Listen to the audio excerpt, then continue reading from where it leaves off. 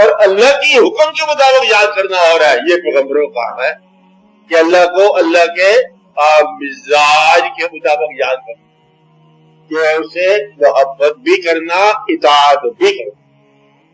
हमारे यहाँ के मोहब्बत करने वाला हो आमतौर पर दागी होकर बैठ जाता है, दिन से लोगों ने कहा कि दरिया के किनारे बैठ गए तो आमतौर पर कुछ हो जाता है। इसलिए इताअत भी करना। हुजूर पाक सल्लल्लाहु अलैहि वसल्लम लोगों ने कहा कि या रसूल अल्लाह, आप तो पैगंबर हैं, अल्लाह के महबूब ठहरे, अब अल्लाह ने ऐलान कर दिया कि इन्नल्लाह व मलाइकतहु युसल्लूना अलन नबी, अब आप इतनी रहमतें क्यों करते हैं?